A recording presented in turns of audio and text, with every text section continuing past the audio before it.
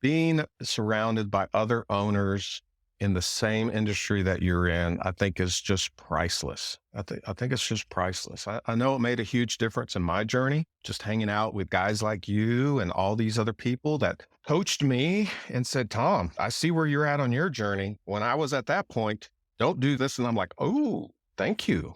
Thank you. Running a home service business is hard. So how is it that some people make it look so easy?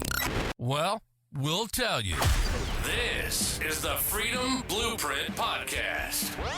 It's always good to hear the wins that successful contractors have. But have you ever thought that the best advice would be to hear about the speed bumps they encountered, the mistakes they've made along the way? We're going to talk about the good, the bad, and the ugly. We want you to be successful and avoid the mistakes others have made. Let's get this party started. Welcome to the Freedom Blueprint Podcast. Now your host, Justin Dees. Welcome to Freedom Blueprint Podcast. I am your host, Justin Dees. And before we jump in and introduce today's awesome guest, I want to remind all the listeners the purpose of this podcast is to learn from the wins and losses from the guests. And we want you to duplicate the wins and probably avoid the losses and mistakes made along their journeys. Personally, I believe the only way to grow a successful business is to learn and then to implement. So without further ado, I cannot wait to have this conversation. This is so exciting. We have got Tom Peregrino on the line with us today. How's it going, man? It's going good, Justin. So good to be with you. Yeah, I was looking forward to this opportunity to hang out. Yeah. So I'm excited to talk to you because you have such a different background, maybe not background, maybe current than your background than so many other contractors. And obviously there's a different line between being an entrepreneur and then now being in the position that you're in. And I want to talk about all of it. We're going to try to keep this podcast to maybe 3 or 4 days. We're going to try to keep it short. But so Tom, I want to talk, I guess, a little bit about you. I know, give us a little bit of a brief history of Tom from your contract. I know you owned Daffin Heating and Cooling out of Granbury, Texas. Yes, Go sir. Granbury. Yeah, go Granbury. Absolutely. Yeah. Yes. All right. I've been in the home service space for, probably 28 years. Years ago, I responded to an ad in the newspaper. Remember when there was ads in newspapers? Mm-hmm. And I was working as an assistant manager at a bank, and our second daughter was getting ready to hit the ground, and children are expensive. And so I told my wife, I said, I think I need to make some more money. I need to do something that's making more money than working at this bank. And so there was an ad in the newspaper for a comfort consultant position back in 1995. And I read it and I thought, man, this sounds too good to be true. It was like earn up to $75,000 being a comfort consultant, no training required, no experience required. We'll take care of you. We'll show you everything and you can make a bunch of money. So I showed up for the interview, got the position, and went back to my wife, who was 8 months pregnant, and said, honey, quitting my job at the bank with a steady paycheck and all the benefits, and I'm going to be 100% commission salesperson.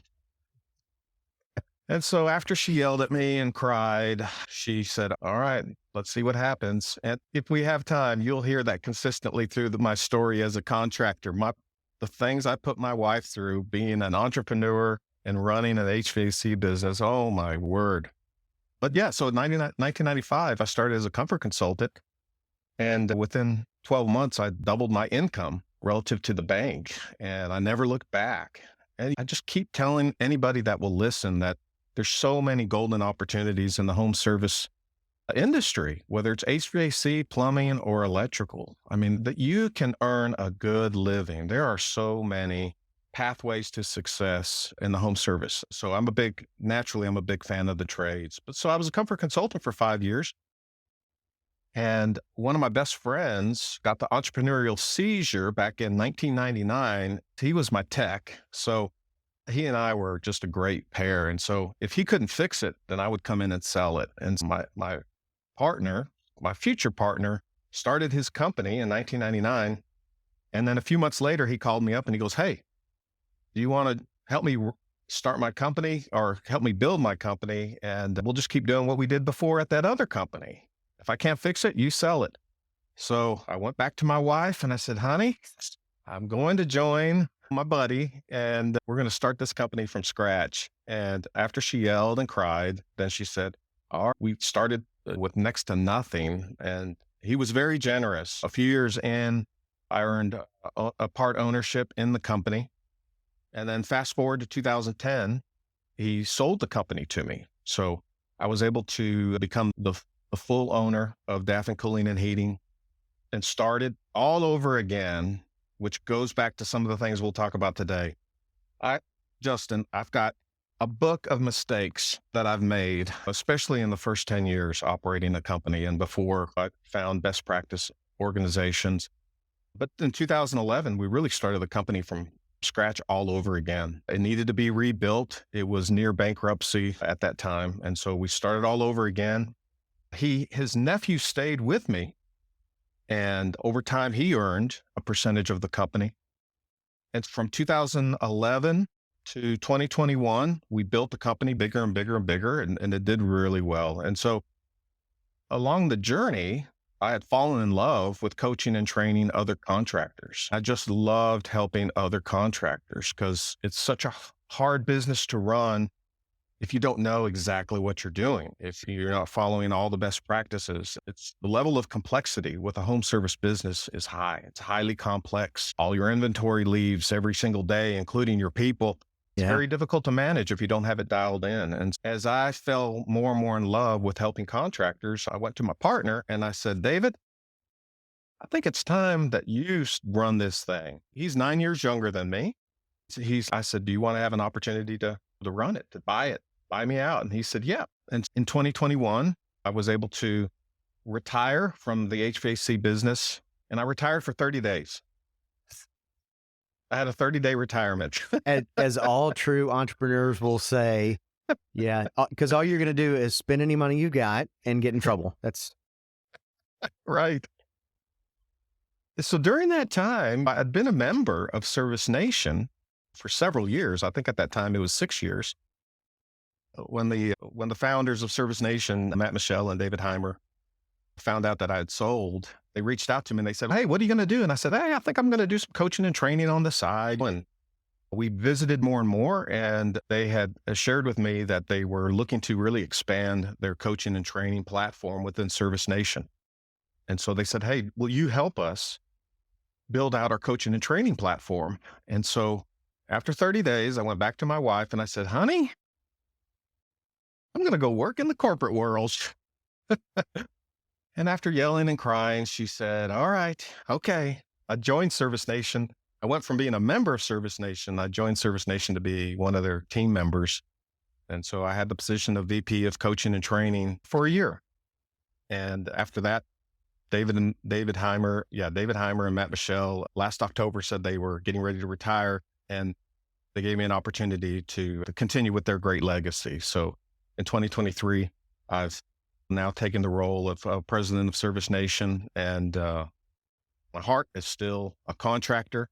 The way I think is a contractor, and I'm so excited to have this opportunity. But so that's my career in a short view over the last 28 years. In the meantime, I've been married for 30 years. I've got 2 beautiful daughters. One is married, and I was blessed to have our first grandchild back in February. So we're, congrats. Yeah, it's awesome.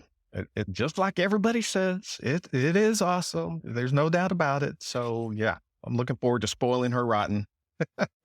And then you're like, "Oh, and here you go. Now you get to give." Exactly. Poopy diaper? Nope. That's your problem. Yep. That's really cool. And I can say from a parent, Kristen and I are getting to the point where our son's he's actually at boot camp right now. He's at Parris Island for the Marines at boot camp. That's right. And then Addie is turning 16 next week, this month, at the end of this month. And so we're starting to enter that phase where kids are going to be out of the house. And it's funny because then I know people that are starting to have kids, and I'm like, listen, I remember people telling me how fast it goes and being like, yeah. it just, it just, boom, I know. just flies by.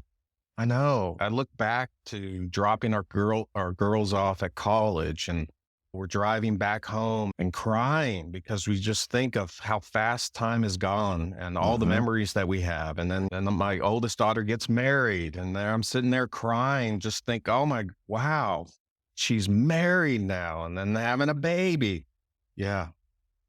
Yeah. Time does not stand still. We were in Nashville this past week, and we got the opportunity to go to the Grand Ole Opry, which is such a cool place. Oh. And we got to hear Scotty McCreery was one of the singers, and that makes me think about the 5 More Minutes song. Yeah. And he sang that. It was a really good song. So let's kick it back a little bit, because I do want to talk about where you are now, but I want to go back. I want to go backwards, back in time.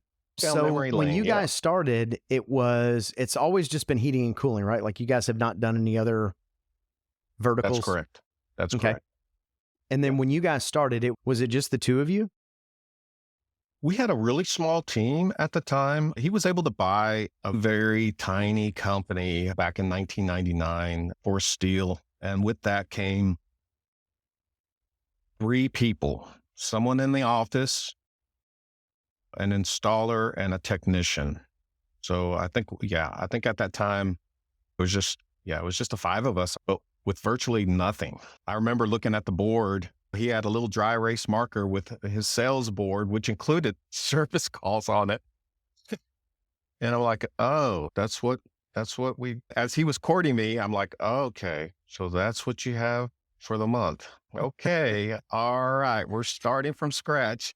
And really at that point too, marketing is certainly not as dynamic as it is now, because then you had either word of mouth, which you're new, maybe the company that you guys bought would bring some customers. You could outbound, or you could yellow page it.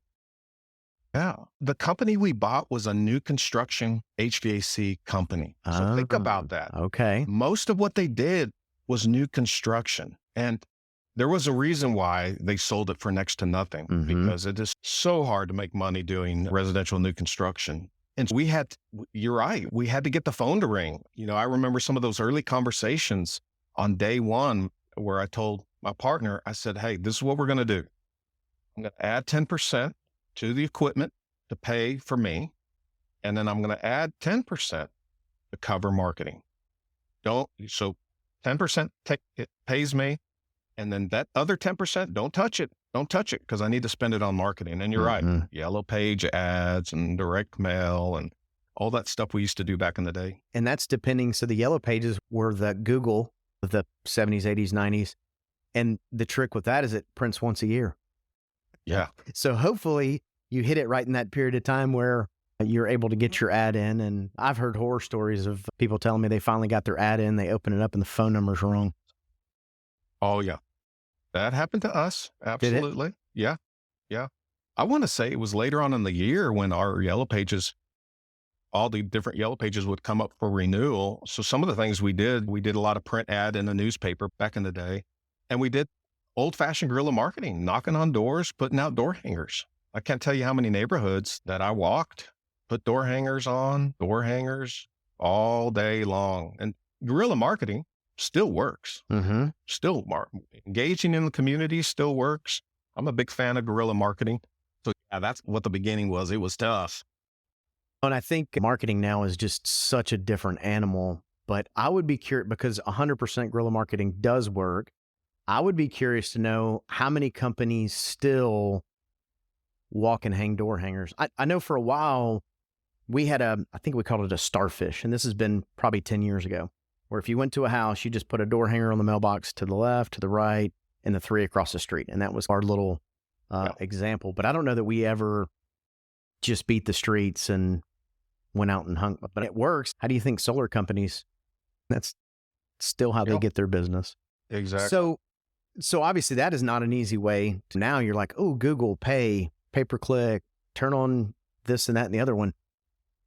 How did you guys get from, once you exited, what size was the company, either sales or trucks, or it doesn't really matter, but give us an idea of what the size of the company was when you exited.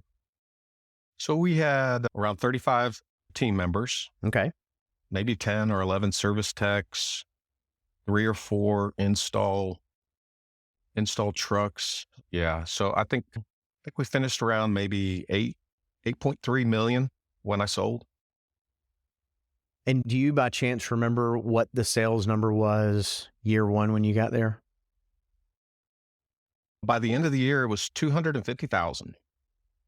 So that's pretty massive growth. I didn't think I remember the 250,000, but maybe in today's dollars, that may be, what do you think? 750 maybe? I don't know. 500, Maybe, 750?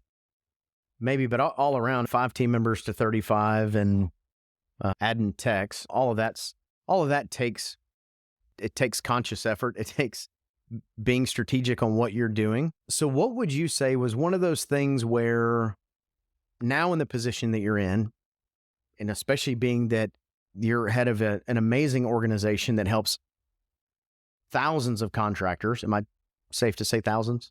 Yep, Tens of absolutely. thousands? I don't know. But so you get a lot of insight to different companies that obviously when you were a 5-person operation, you didn't have. What do you think now, if you were to go back to Tom back then and your partner, what do you think would be one of the things that you would say, hey, this is the thing you either need to focus on or dig in on? Oh, there's a bunch. We do not have to limit you to one either. So, in no particular order, if I had to do it all over again, I would get all my systems and processes built in advance before we executed. Mm. We've got a member, Jason Henderson, with Best Air Conditioning in Yep. Vegas, and he's got an amazing testimony. And he did exactly what I wish I had done prior to day one opening up his doors. He got his team, his key players in a line, and then he got all of his systems and processes dialed in, written out. He got them all prepared. He joined a best practice group, and to our benefit, it was Service Nation. So he did all these things before he even opened the doors. I'm willing to bet less than 1% of contractors do that. Absolutely. Yeah, I agree 100%.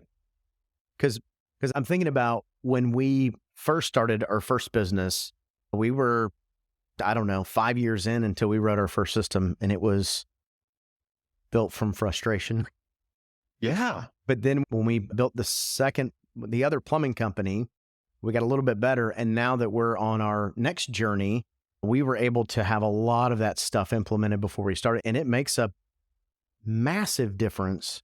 But I think because realistically, let's think about it. And you said this earlier. So your business partner had an entrepreneur seizure and boom, you're off to the races. And so many contractors go, I just made this dude like 400 grand this last year. I can do this myself. And not knowing that there's, I don't know, that's a small percentage of what all has to go into running a business. Right. It's easy to, I don't want to say it's easy to go sell, but that is one part of a giant bubble for sure. But I think that's awesome. Yes, building systems. And even if you're 5 years, 10 years, 15 years in your business now, that doesn't mean you don't start doing that now. Yeah. Yeah. I Yeah. think that's fantastic. Yeah. And we really didn't get that dialed in until 16 years into our journey. It was 16 years until we really started sitting down, building out all of our systems and process. You hear it. Gosh, I can't tell you how often I would hear it. Like you were saying, very few actually do it. It's just management, reactionary management. I was a tech. Just do it. It's not that hard. Just do it. Okay, I'll jump in the truck and I'll show you some things. But man, you need to have it all systematized and laid out. The other thing that comes to mind, looking back, is I really wish I would have focused on my culture, because the whole journey would have been so much better if I had an effective culture back in the day. I remember years ago when I stumbled upon a book that I think does a good job helping you build a really good culture. And it's called First Break All the Rules. And I remember I came across that book and I'm like, oh my gosh, why have I not worked on my culture? Yeah. when you've got a high performing culture that's really healthy, that is spitting out the KPIs you want, that is spitting out high morale, low turnover, everything, it's just a much more pleasant journey. One of Plus the it, plus examples, it helps alleviate the underperformers. 'Cause yes. no one ever wants to be the low on the totem pole. Hmm. So yes, I think that's fantastic. Yeah. Yeah. And So, I've never read that book. I'm going to have to check that out. yeah, it's been around for a long time. First Break All the Rules. I highly recommend it. Out of that, we started surveying our team, doing anonymous surveys to see what were we missing, what is the company not providing, not doing that is affecting their performance, their morale. And man, it was shocking the first time I did that 360 survey. I sent it out, and owners have they think they know the condition of their company. But Mhm. as it gets bigger, I hate to say they lose touch, but they just they don't see really what's happening all the way into the trenches. And that's where we were at. We did the first a 360 survey, and man, they tore us up. They tore us up. I used the survey that's straight out of the book, and it asks very specific, psychologically written questions that elicit the information that you need. For example, one of the questions, and I thought, man, why do I have to put this in there? And I forgot the exact words, but it was basically, I have a best friend at work. That's one of the questions out of the book. And when you dive into that one question, what high performing, healthy cultures have, they have team members that can't wait to come to work because their buddies are there Mhm. and they're hanging out with them. And from there, they do stuff in the evenings and they go on the boat on the weekends. And so that book did a good job of saying, Tom, people don't want to come to your work. Mhm. It's in the survey. They don't have friends. So basically, it's they can't wait to leave. They're unhappy at work. It's just a paycheck for them. And that was just one of those questions. The other question is something along the lines of, my manager does a good job giving me the tools I need to perform. Just a very simple question. Man, we got tore up. And so we built that in. We did the survey once a year, towards the end of the year in Q4 as part of our annual planning. We take that information and we would build out initiatives to get a higher score. We would meet with our leadership team. We would meet with our team leaders. We would publicize it.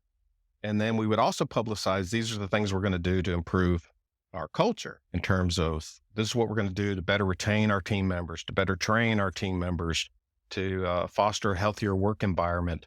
So yeah, if I had stumbled upon that book back in 2000, 2001, 2002, it would have been great. It's quite remarkable when you just ask simple questions, the things you get back. And we survey our team as well.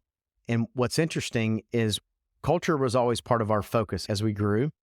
And part of that was anytime we do meetings, we always talk about breaking bread, like we're eating and we have food. And as we were growing, we started getting lazy and it became McDonald's and it became Whataburger. And you know what I mean? It became this pre-made instead of the grill and cooking. And that was one of the things that people came back and said, we really wish that we did more of that again. And our monthly meetings, we like smoked a brisket, we made breakfast tacos. The meeting was more about reconnecting than anything else. And we would have never really thought that had any kind of impact had we not taken the time to just talk to team members and survey them. So yes, I think that's super duper important. I got 2 dupers on that one. Yeah. It's because surveying them is the same as I think about it, like one-to-ones to us is a big deal. And it's the same thing. It's just giving people the space that they need to have an open conversation. Yeah. That's all. You'll get gold if you just listen for a minute and give them the space in order to tell you what it is they need. And because sometimes what they need, you can fix, and sometimes you can't. And that's okay. Now you got non-negotiables and that kind of thing. Yeah. No, that's great. And I've got all that written down. I've got some good writer downers here. If you're like me, reading the financials falls at the bottom of the priority list, unless there is no money in the bank. Then I dig in and get even more frustrated because, let's be honest, I don't even really know what I'm looking for. If this sounds like you, then I'd say it's time for you to get a virtual CFO, and I have just the recommendation for you. Kristen Deese is the virtual CFO of the home service industry. She is an expert in all the numbers and will remove the overwhelm so you can use your numbers as a tool for growth. She'll even train your in-house accounting team because, after all, how could you possibly train someone to do something that you don't really know how to do yourself? You can find out all about how she can help you take the F word out of your financials by going to thefwordofbusiness.com.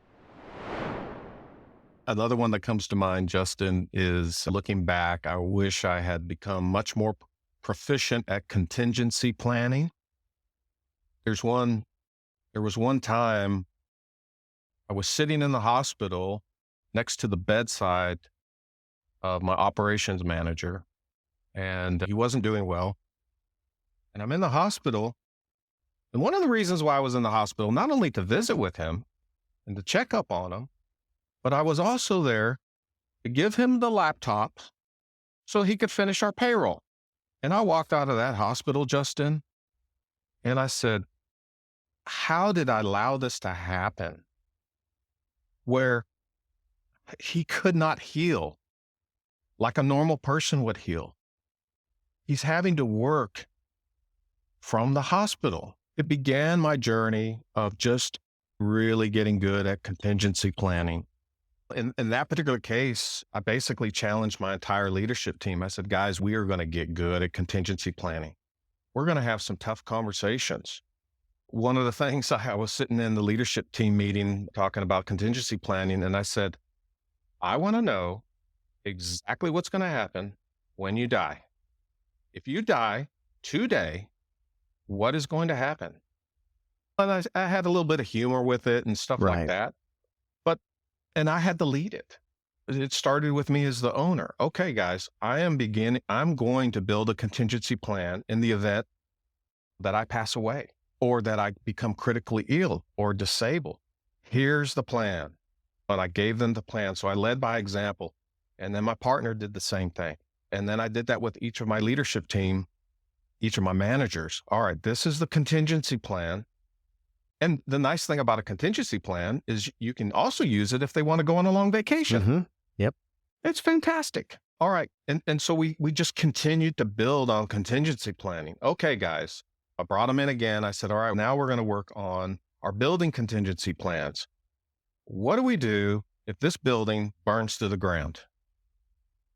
What is our contingency plan where we still operate with the building is burned, gone? And so we built a roadmap for that. The solutions. What happens if we have a disgruntled employee come in, steal all of our computers or damage our server? Years ago, we had the one server in the office that was under lock and key. It was like, oh, it's a critical server. And so from there, as an example, we ended up getting a backup server. Now this is all before the cloud stuff. So we had the backup server. I'm like, all right, we need to house the backup server off-site. Where are we going to put that? And so our attorney had a conference room. Our attorney had a little room that he wasn't using. Basically, it was like a storage closet. And so I made a deal with him that we could put our backup server there. And so it would back up from our main server. As part of our contingency planning, if the whole place burned down, I also got an agreement from him to allow us to rent out his conference room. And if our building flooded or caught on fire, we all would work from his little conference space. He had a nice little conference area that could seat all of our team members from the office. And so we secured that. And then we got a stack of laptops, preloaded all the laptops with all the software we needed, and we housed that offsite so that if we had a critical failure with whatever, we had spare laptops, enough for the entire team in the office if needed. So just it's almost like prepping in a way. It's peace of mind for sure. Yeah. If you talk to preppers, don't like to tell you that they're preppers because that's not the point of being a prepper. But if you ever have an opportunity to bump into a prepper and talk to them, I mean, the comparison I'm making is very similar mindset. You can chase the rabbit. You can go down that rabbit hole in terms of contingency planning. You can get really good. You can think of all these different scenarios that could possibly impact your business. That was a little bit long, but it's just so valuable. Like you were just saying, to your point, it gave me peace of mind. Right. All these different things that might happen, I had a backup plan, contingency for that. Yeah. Which, and too, the contingency also ties right back into the system. So if you've got a contingency of somebody's out sick or on a 3-week vacation, now you have your systems. Great. Who's going to pick up that role? Or do you start separating them? Or God forbid the building burned down, and we know contractors that's happened to. And no, I think that's good. I think that's matter of fact, the notes I wrote were buildings burning down and leaders injured. Yeah. Yeah. Never think it's going to happen. And then in hindsight, you go, man, why didn't I prepare for that? So I encourage everyone to think of contingency plans. I think that's fantastic. One of the things that comes to mind, Justin, in terms of lessons learned is, I remember one particular month, I'm watching the numbers come in, watching the revenue come in, watch my cost of goods sold, watch my overhead numbers come in, looking at the P&L and all that kind of stuff. And I see it's going to be a bad month. And I'm like, I'm getting irritated. I'm getting worried. I'm getting frustrated. And I'm walking around the office and I'm looking at my managers and they don't have a clue. They're just, hey, all happy.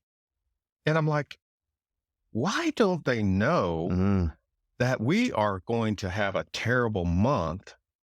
Why are they not as irritated and pissed off as I am? And sure enough, at the end of the month, we had lost $150,000. And so we had weekly leadership meetings. And so I sat down with the leadership team and I'm like, guys, we lost $150,000. And they're like, oh, that sucks to be you, Tom. Does that mean we're not getting a bonus this month? Nobody ever loses money. This is the home service business. Everybody is swimming in money every month, all the time. Yeah. Now, why do I say that? Is because if I had to do it all over again, there's two things and they tie together. There's two things I would have done differently. One, I would have practiced financial transparency with my leadership team and to the degree in which the rest of the team members could absorb the information. I should have done financial transparency much sooner. My leadership team should have been able to see the P&L. We should have been communicating what's happening from top down on the income statement. Prior to that, what we did, what probably most companies are doing, which they just focus on the revenue. Hey guys, we need more money. We need the phone to ring. We're not going to hit our revenue goal. That painful lesson taught me that my leadership team needed to be fully invested and aware of the financial health of the company from the top down.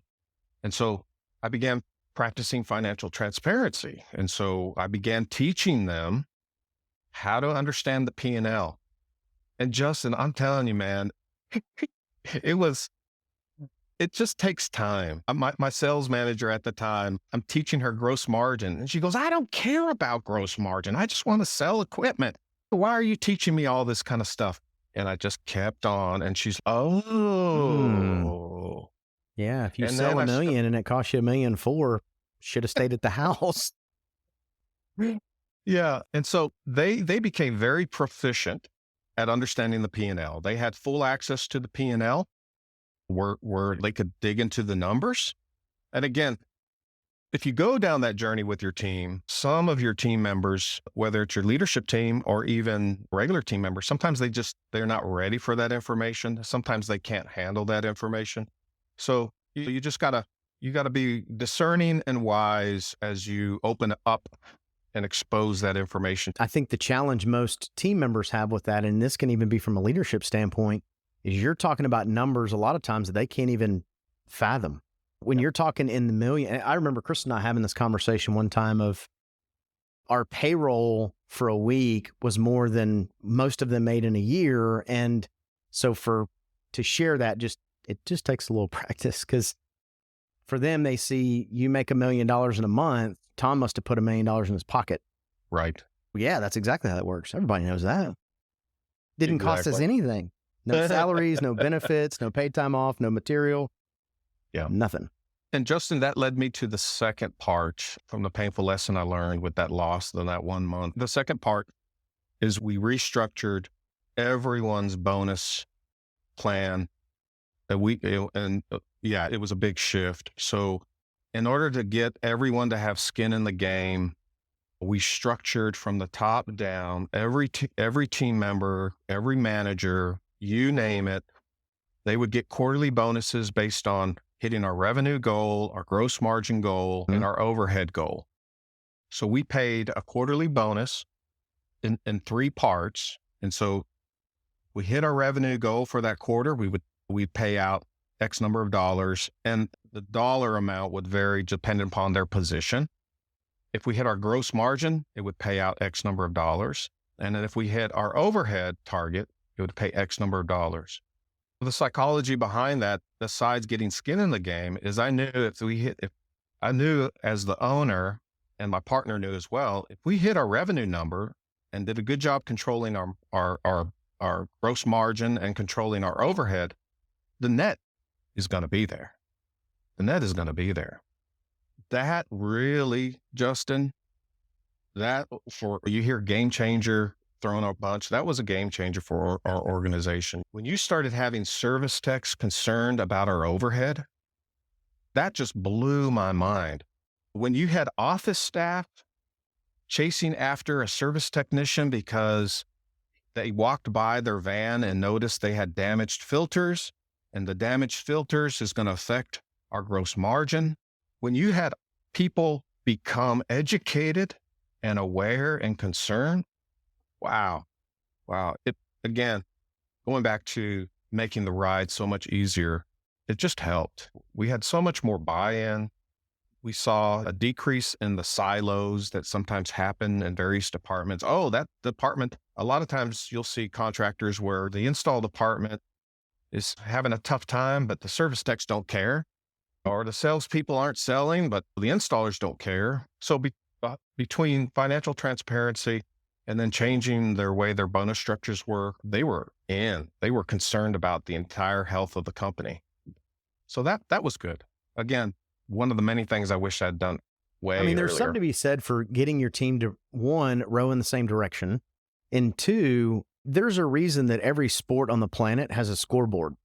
And for some reason as a business, we feel that, not all of us, but in general, a lot of people don't know their numbers on a day-to-day basis. And that's your scoreboard. You got 30 or 31, or depending on the month, days. You should know, did we win? Did we lose? And I know for me, technology sometimes tends to make things to where we can, and I'm air quoting, we can get the information, but we don't know the information. And because you can get the information doesn't mean squat. You need to know the information. So even for us now, we still have spreadsheets that every department leader fills out every single morning. Because if I walk into the building, I don't care that you can jump into Service Titan and pull something up. I don't care. But how do you know that? And are you planning today to win if you didn't win yesterday? So yes, I think that is fantastic. And the dashboard, we called it a daily dashboard. That was another thing, Justin, that it took far too long for me to really see the value in that. Back in the day, I had access to tons of data. And my managers did too. But as we got better, I challenged my leadership team. What are the least amount of data points that we can focus on a daily basis that tell us if we're going in the right direction? So instead of just diving into tons of data, which we could do if we wanted to, what's the most critical data we need to watch? And it's interesting that you did what I did as well, is my leadership team plugged that in every single day. At around 7:05 in the morning, my light keeps coming turning off. Hang on just a second. No, you're So good. around 7:05 in the morning, my operations manager would send out the daily dashboard that they submitted all the information to him. And then he sent that out and we could see on track or off track. Mm-hmm. And the nice thing about that daily dashboard is in the leadership meetings we would have every week, if we were off track, they knew we were going to be talking about that. Yep. And before Accountability, crazy. yeah, crazy, right? Nobody wants to come in and go, oh, my department is awful. That's me. My department's terrible. Yeah. Yeah. I'm glad you mentioned that. That was another thing that I wish I would have learned sooner. Yeah, I think that I know for us and the companies that we own, a lot of what we talk about is, especially with department heads, the two things that can kill you the fastest in a home service space is your labor and your materials. And there should be 3 to 5 things that you guys being either the business owners or the leaders of the company should be paying attention. But I don't know any example that should not include labor and material in every single one of those 3 to 5 KPIs that you watch. Would you agree, disagree? No, those are huge numbers for sure. Those numbers are definitely going to quickly affect your gross margin. That'll trickle down to affecting your overhead. All the KPIs cascade down from the top down. You know, that's one way I visualize that as you mentioned it.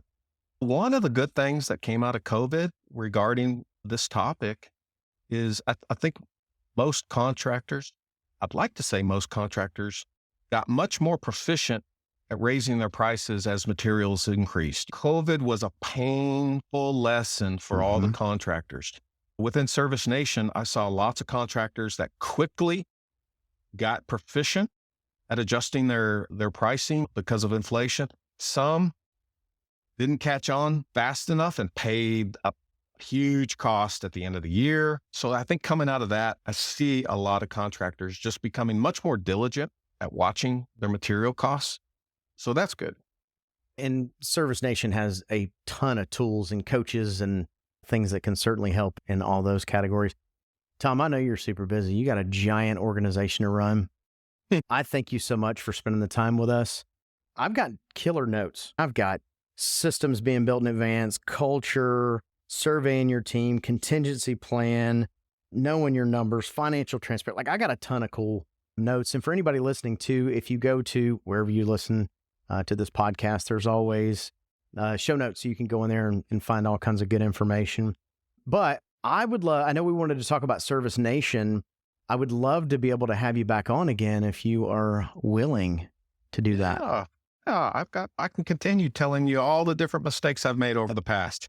I got a long list, I know. Justin. That's the cool thing about, that's what I love about this industry is there's not as much ego as in a lot of other industries, meaning I think that for the most part, contractors are okay with saying, okay, don't do that. I did it. And let me tell you the plane crash that happened from that decision. And I don't know that a lot of other industries are that way. Maybe they are, and I don't know, but yeah, I agree. And I think I'm of course, very partial to Service Nation because getting exposed to other contractors. One of the benefits of Service Nation is just being able to hang out with other contractors. I don't know. I know there's other best practice organizations in other industries. I know there are, but there's probably just not enough.